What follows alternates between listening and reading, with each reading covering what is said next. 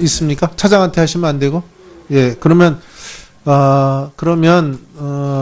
어떡할까요? 노회찬 의원 먼저 질의하시고, 순서가 또 그렇습니다. 그러면 질의하시고, 그러면 어떻게 조금 괜찮으시겠습니까? 저 실장께서 조금 한 10분 정도 좀 지체될 텐데.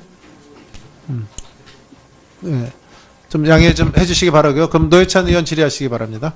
예. 창원 성산의 노회찬입니다. 바로 1년 전에 이 자리에서 10월 24일 청와대 국정감사가 있었습니다. 그날 제가 박근혜 전 대통령을 향해서 죄의식 없는 확신범이라고 이렇게 규정을 했습니다. 그래서 회의가 중단되고 윤리위원회에 회부하느니 발언 취소하라는 이런 소동이 있었습니다. 격세지감을 느낍니다.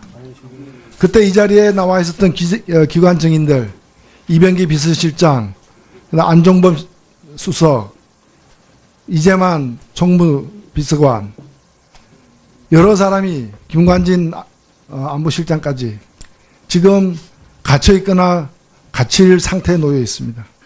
정권이 교체된 것이 아니라 정권이 무너진 그 폐허 위에서 우리가 지금 서 있습니다. 그러나 엄중한 인식을 갖고 몇 가지 묻겠습니다. 원래 제가 질의를 안 하려는데 홍진호 얘기가 자꾸 나와서 말씀드립니다. 좀 분명히 하셔야 될 것 같은데, 홍진호가 납포되기 전까지 북한 수역에서 하루 넘게 조업 중이었죠.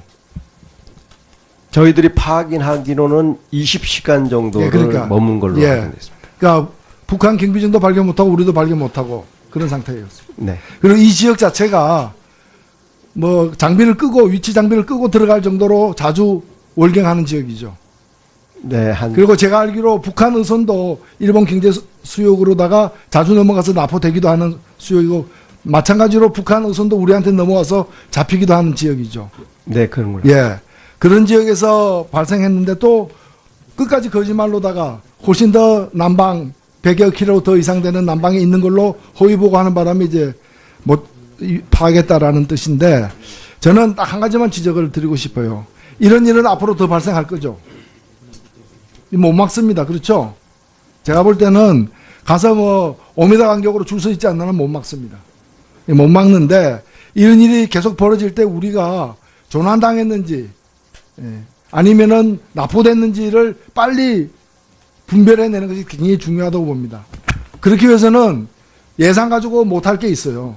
뭐냐? 남북 한라인입니다. 남북 한라인이 있으면은 그 실종된 배가 혹시 넘어갔나, 그쪽 보화에 있느냐 확인 금방 되는 거 아닙니까? 그럼 그 다음부터는 그 헬리콥터 띄우고 러시아, 일본까지 공조해가지고 그 넓은 해역을 갖다가 무리하게 수색할 이유도 없는 것이고요. 그런데 그게 안 된 겁니다. 언제부터 안 됐습니까? 개성공단 문 닫으면서부터 안 된 거죠. 네. 2016년 맞습니다. 2월 말 3월 초부터 안 된 거 아닙니까? 그래서 어떤 일이 발생했습니까? 지난번에 우리 선을 넘어온 북한 어선들 때문에 어떻게 했습니까? 메가폰으로다가 DM 판문점에서 메가폰으로다가 저쪽에다가 알렸죠. 네. 이게 저는 다른 나라 언론에서 알까봐 두렵습니다. 알면 이건 분명히 토픽 나타났습니다. 탑이에요, 이거는. 세상에 지금 어느 시대입니까? IT 강국에 어떻게 나라와 나라 사이에, 정부와 정부 사이에 비상한 사고를 해결하기 위해서 교신을 하는데 메가폰으로 육성으로 하는 뭐 자연 친화적 교신 방법입니까? 뭐 그런 거 계속 애용할 거예요? 에코 뭐 정책입니까? 그래서 저는 이 대책을 세우려면, 국민을 불안에서 빠뜨리지 않으려면, 또 이런 사고를 미연에 빨리 해결하려면은 이 국민의 안전을, 우리 국민의 안전을 위해서도 남북 한라인이 별도로 개설되어야 한다는데, 이게 적극적으로 추진할 의향이 있으십니까? 네, 저희 그 대통령께서도 이러한 문제를 인식하시고 지난 베를린 선언에 그 인도적 적십자 회담과 함께 군사 회담을 제의하신 것도 그런 취지에서 하신 겁니다. 예, 비서실장께 묻겠습니다. 홍종화 후보자와 관련해 가지고는 뭐 청문회가 앞으로 있고 또 거기서 어떤 사실이 어떻게 나올지도 저도 알 수 없는 상황입니다만은, 현재까지 언론 등을 통해서 드러난 걸 보면은 탈세 의혹이라기보다는 절세를 추진했던 데 대한 평가의 차이가 핵심인 것 같습니다. 그렇게 보십니까? 네. 근데 제가 이제 납득할 수 없는 것은 홍종화 후보가 아니고 청와대입니다. 홍종학 후보는 이 문제와 관련해서 여러 얘기를 하기도 했지만 국민의 눈높이에 비추어 과도한 부분이 있다는 지적을 겸허히 받아들인다. 나머지는 청문회에서 밝히겠다. 이렇게 얘기했습니다. 저는 이게 정답이라고 봅니다. 그런데 보도된 바에 따르면 청와대 관계자는 국세청 홈페이지에 합법적 절차라고 나와 있다. 라고 하면서 마치 국세청이 권장하는 방식인데 그게 뭐 어때서 그러냐는 그런 식으로 이해되도록 이 얘기를 했습니다. 만일에 우리 과거의 청문회 같은 거 보면은 합법적인 이유로 인해서 군을 면제받은 사람, 면제 처분받은 사람, 그런 분들이 불법은 없었다. 합법적으로 면제 처분받았다. 그러나 변경 의무를 이행하느라 고생하는 그런 분들을 생각할 때 늘 마음에 빚진 마음이 있었다. 이게 정답 아닙니까? 같은 생각입니다. 마치 이런 경우에 합법적으로 했다. 병무청 홈페이지 가봐라. 다 나와 있다. 마치 병무청이 그러한 합법적 면제를 권장하고 있는 양. 이렇게 얘기하는 게 말이 됩니까? 저는 홍종학 전 의원이 2014년도 당시에 이 상속 및 증여와 관련된 그 세금 법안에 개정안을 낸 거 알고 계시죠? 이게 격세 증여에 대해서 당시 30%로 돼 있던 걸 갖다가 50% 할증 과세하자는 것이었습니다. 이런 법안을 왜 냈습니까? 격세 증여든 증여든 다 자유인데 자기 재산 세금 다 내고 물려주는 게 뭐가 잘못됐습니까? 그러나 그런 면만 있는 것이 아니라 그 증여가 갖는 또 다른 측면, 빚이 있으면 또 그늘이 있는 거죠. 그게 부의 대물림이 이렇게 용인되고 불로소득이 용인되는 측면이 의도했든 아니든 있기 때문에 여기다가 고유의 세금을 매기는 걸로 사회적 합의가 되어 있고 기존의 세금 체계에 대해서도 부족하다 싶으니까 특히나 증여 같은 경우에는 세금을 갖다 많이 내도록 사회적 합의가 되어 있는데 격세 증여를 통해서 절세를 하는 일이 고이든 아니든 왕왕 있으니까 거기에 대해서 할증세를 갖다가 50%더 인상하기로 해가지고 안을 낸 거 아닙니까? 근데 그리고 지금 문재인 대통령 공약에도 세액을 갖다가 줄이는 식으로 해가지고 들어가 있고 국정 5개년 계획에도 100대 계획에도 들어가 있어요. 근데 마치 그걸 절세한 것이 물론 합법이긴 하지만은 합법이니까 다 괜찮다는 식으로 우기는 게 말이 됩니까? 예, 의원님, 전적으로 의원님 지적에 공감합니다. 제가 아까 다른 의원님 질의에도 그 관련한 내용이 있어서, 찾아보니까, 저희가, 저희 이제 소통수석실에서, 입장을 그렇게 낸 적은 없는데, 아마 기자들과의 대화 과정에서 스펙브리핑이라고 해서 그런 적절치 못한 표현이 있었던 것을 확인했습니다. 경솔했다고 생각합니다. 네. 알겠고, 이게 제가 볼 때 처음이 아닙니다. 다른 사안이긴 하지만은 김우수 헌재 재판소장이 국회에서 부결됐습니다. 저는 찬성한 사람으로서 부결이 잘못됐다고 생각했지만 이미 그거는 합헌적으로 국회에서 절차를 통해서 부결됐습니다. 그러면 대통령이 해야 될 일이 뭡니까? 시간이 걸리든 아니든 소장을 새로 임명해야 되는 거 아닙니까? 근데 그때 청와대 관계자가 뭐라고 답변했습니까? 김희수 대행체제를 당분간 유지하기로 했다. 그 얘기는 새로운 소장이 뽑힐 때까지 유지되는 거라는 뜻이었다면은 안 해도 될 일이었습니다. 그 발언은 거기서 할 발언이 아니라 이미 권한 대행을 갖다가 한 번도 사임한 적이 없는 상태였기 때문에 헌재에서 얘기를 확인해 주면 되는 일이었던 거죠. 근데 그런 뜻이 아니라 부결됐기 때문에 그에 대한 불편한 생각 때문에 당분간 이 체제를 새로운 후보자를 임명하지 않고 끌고 갈 생각이었다면 그것은 잘못된 생각입니다. 그래서 그런 걸 보면서 제가 높아심에서 드리는 말씀입니다. 무감어수 감어인이란 말이 있습니다. 물에 얼굴을 비추지 말고 사람들 마음에 자신을 비춰보라는 거지. 나르시즘에 빠지지 말라는 거예요. 지금 지지율 좁습니다. 굉장히 높습니다. 우리 잘하고 있다. 지지율도 높다. 국민도 알아준다. 여기에 도취되면 안 된다는 거예요. 사람들 마음에 자신을 비춰봐야 됩니다. 이번 홍종학 후보 사건과 관련해서도 저는 오히려 후보의 문제 이전에 청와대의 대응이 문제를 갖다가 계속 키워나가고 있는 지점이 있다는 걸 지적드리고자 합니다. 네, 의원님 유념하고 전체적으로 더 신중하게 하도록 하겠습니다. 네, 노회찬 의원 수고하셨습니다. 다음 김동철 의원님 질의하시기 바랍니다. 근데 위원장님, 네. 국가안보실장이 지금 청와대 돌아간 겁니까? 안 돌아왔어요. 지금 전화 받아서 잠깐 나간 것 같은데. 의원님, 우리 앞에 우리 비서관 누구 계시면 빨리 좀 입장해 주시라고 부탁드립니다. 지금 있습니까? 차장한테 하시면 안 되고. 예, 그러면 어떡할까요? 노회찬 의원 먼저 질의하시, 순서가 또 그렇습니다. 그러면 질의하시고, 그러면 어떻게 조금 괜찮으시겠습니까? 저 실장께서 조금 한 10분 정도 좀 지체될 텐데. 예. 좀 양해 좀 해주시기 바라고요. 그럼 노회찬 의원 질의하시기 바랍니다. 예. 창원 성산의 노회찬입니다. 바로 1년 전에 이 자리에서 10월 24일 청와대 국정감사가 있었습니다. 그날 제가 박근혜 전 대통령을 향해서 죄의식 없는 확신범이라고 이렇게 규정을 했습니다. 그래서 회의가 중단되고 윤리위원회에 회부하느니 발언 취소하라는 이런 소동이 있었습니다. 격세지감을 느낍니다. 그때 이 자리에 나와 있었던 기관 증인들, 이병기 비서실장, 안종범 수석, 이재만 총무비서관, 여러 사람이 김관진 안보실장까지 지금 갇혀있거나 갇힐 상태에 놓여 있습니다. 정권이 교체된 것이 아니라 정권이 무너진 그 폐허 위에서 우리가 지금 서 있습니다. 그러나 엄중한 인식을 갖고 몇 가지 묻겠습니다. 원래 제가 질의를 안 하려는데 홍진호 얘기가 자꾸 나와서 말씀드립니다. 좀 분명히 하셔야 될 것 같은데, 홍진호가 납포되기 전까지 북한 수역에서 하루 넘게 조업 중이었죠. 저희들이 확인하기로는 20시간 정도를 예, 그러니까. 머문 걸로 예. 확인됐습니다. 그러니까 알렸죠. 네. 이게 저는 다른 나라 언론에서 알까봐 두렵습니다. 알면 이건 분명히 토픽 나타났습니다. 탑이에요, 이거는.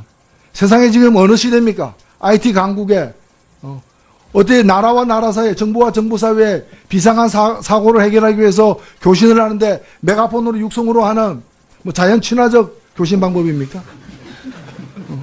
뭐 그런 거 계속 애용할 거예요? 에코 뭐 정책입니까? 그래서 저는 이 대책을 세우려면, 국민을 불안에 빠뜨리지 않으려면, 또 이런 사고를 미연에 빨리 해결하려면은 이 국민의 안전을, 우리 국민의 안전을 위해서도 남북 한 라인이 별도로 개설되어야 한다는데 이게 적극적으로 추진할 의향이 있으십니까? 네, 저희 대통령께서도 이러한 문제를 인식하시고 지난 베를린 선언에 인도적 적십자 회담과 함께 군사 회담을 제의하신 것도 그런 취지에서 하신 겁니다. 예, 비서실장께 묻겠습니다.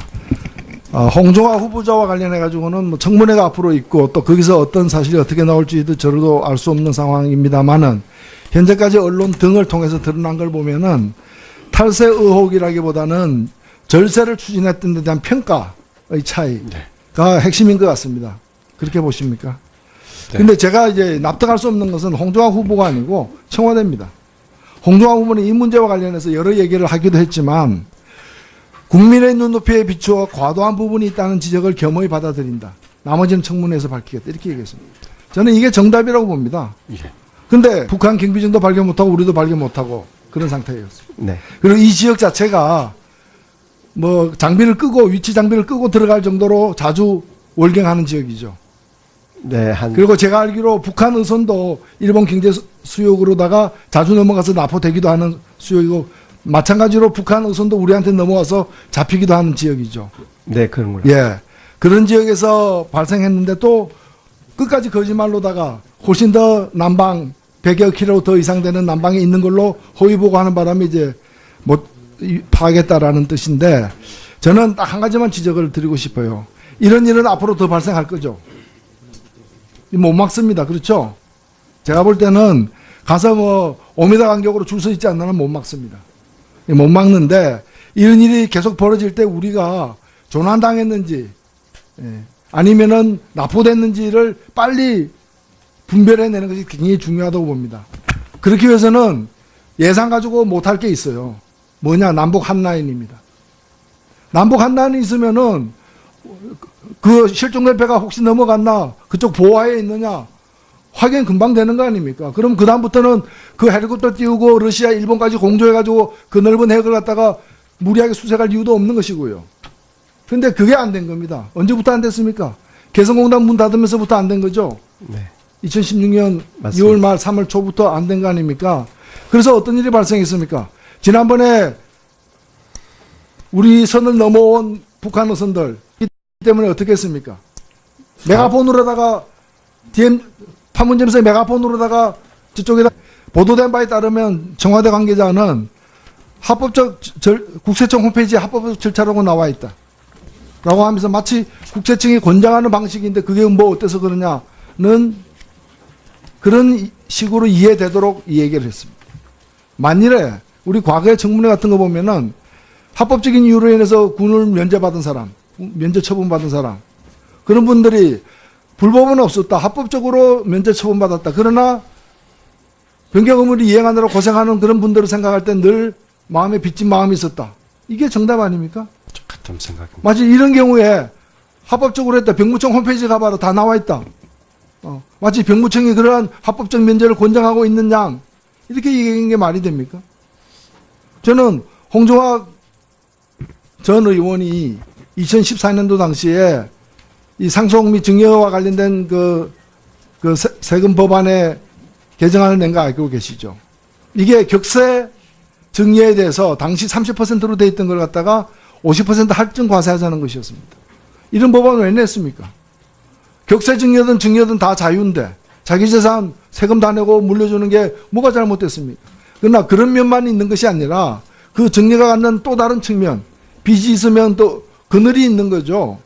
그게 부의 대물림이 이렇게 용인되고 불로소득이 용인되는 측면이 의도했든 아니든 있기 때문에 여기다가 고유의 세금을 매기는 걸로 사회적 합의가 되어 있고 기존의 세금 체계에 대해서도 부족하다 싶으니까 특히나 증여 같은 경우에는 세금을 갖다 많이 내도록 사회적 합의가 되어 있는데 격세 증여를 통해서 절세를 하는 일이 고이든 아니든 왕왕 있으니까 거기에 대해서 할증세를 갖다가 50% 더 인상하기로 해가지고 안을 낸 거 아닙니까?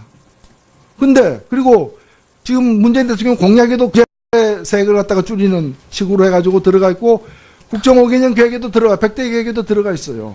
근데 마치 그걸 절세한 것이 물론 합법이긴 하지만은 합법이니까 다 괜찮다는 식으로 우기는 게 말이 됩니까?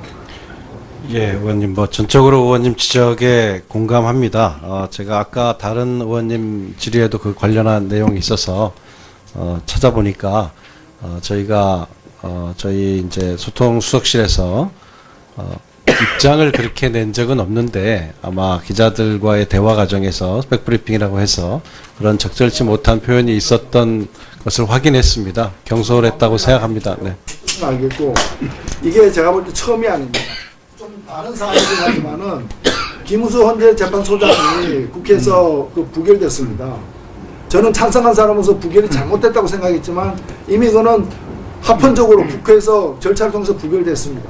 그러면 대통령이 해야 될 일이 뭡니까? 시간이 걸리든 아니든 소장을 새로 임명해야 되는 거 아닙니까? 근데 그때 청와대 관계자가 뭐라고 답변했습니까? 김희수 대행체제를 당분간 유지하기로 했다. 그 얘기는 새로운 소장이 뽑힐 때까지 유지되는 거라는 뜻이었다면은 안 해도 될 일이었습니다. 그 발언은 거기서 할 발언이 아니라 이미 권한대행을 갖다가 한 번도 사임한 적이 없는 상태였기 때문에 헌재에서 얘기를 확인해 주면 되는 일이었던 거죠. 근데 그런 뜻이 아니라 부결됐기 때문에